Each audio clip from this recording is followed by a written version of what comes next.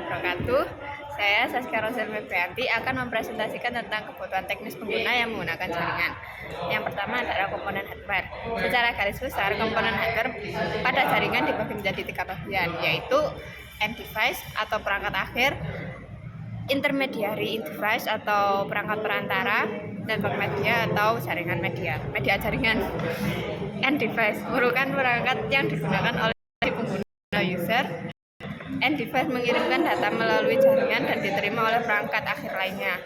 Contoh perangkat akhir yaitu personal komputer, laptop, tablet, dan printer. Kedua, intermediary device merupakan perangkat yang digunakan untuk menghubungkan antara perangkat jaringan. Contoh perangkat intermediary device yaitu router, firewall, switch. Network media yaitu ada kabel koaksial, fiber optik, twister pair, sama wireless. Kedua, komponen software. Secara garis besar, komponen software pada jaringan terbagi menjadi 2 bagian, yaitu sistem operasi sama protokol atau aturan. Sistem operasi dalam menentukan kebutuhan pengguna perlu pengetahuan tentang sistem operasi yang digunakan. Sistem operasi yang sering digunakan saat ini adalah sistem operasi Windows dan Linux.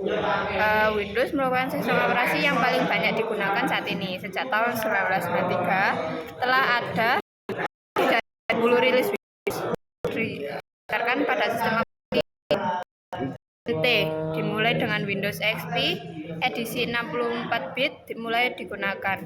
64 bit Windows secara teoritis dapat mendukung hingga 16,8 juta terabyte RAM. Yang kedua adalah Linux. Linux adalah sistem operasi open source yang dibuat pada tahun 1991 dan dikelola oleh komunitas programmer. Open source berarti file pemrograman sumber, termasuk kernel, shell, dan aplikasi tersedia untuk diunduh, dilihat, dan dimodifikasi. Beberapa distribusi di Linux garis seperti CentOS, CentOS, Fedora, Ubuntu, dan lain-lain. Namun ada juga yang berbayar seperti Red Hat Enterprise Server, namun termasuk menyediakan layanan dukungan. Keunggulan penggunaan Linux. Pertama, open source mengizinkan analisis dan administrator untuk menyelesaikan dan memodifikasi OS. Kedua, Command Line Interface atau CLI memungkinkan untuk melakukan kontrol secara langsung atau jarak jauh di terminal. Ketiga, kontrol lebih banyak penggunaan atas OS. Penggunaan root atau super user memiliki kontrol penuh di atas komputer. Kontrol komunikasi jaringan yang lebih baik platform untuk membuat aplikasi jaringan. Protokol atau aturan komunikasi. Protokol jaringan menyediakan sarana bagi komputer untuk berkomunikasi di jaringan. Protokol jaringan menentukan opsi pengkodean pesan, pemformatan, eksploitasi, ukuran, waktu, dan pengiriman. Protokol yang digunakan pada saat ini adalah TCP/IP. Protokol OSI model yaitu TCP/IP Protocol Suite, TCP/IP model. Application, Presentation, Session, Transport, Network, Data Link, Physical. Kebutuhan teknis hardware atau software. Untuk kebutuhan dapat diisikan pada bagian modul dan kebutuhannya dapat diisikan dalam submodul.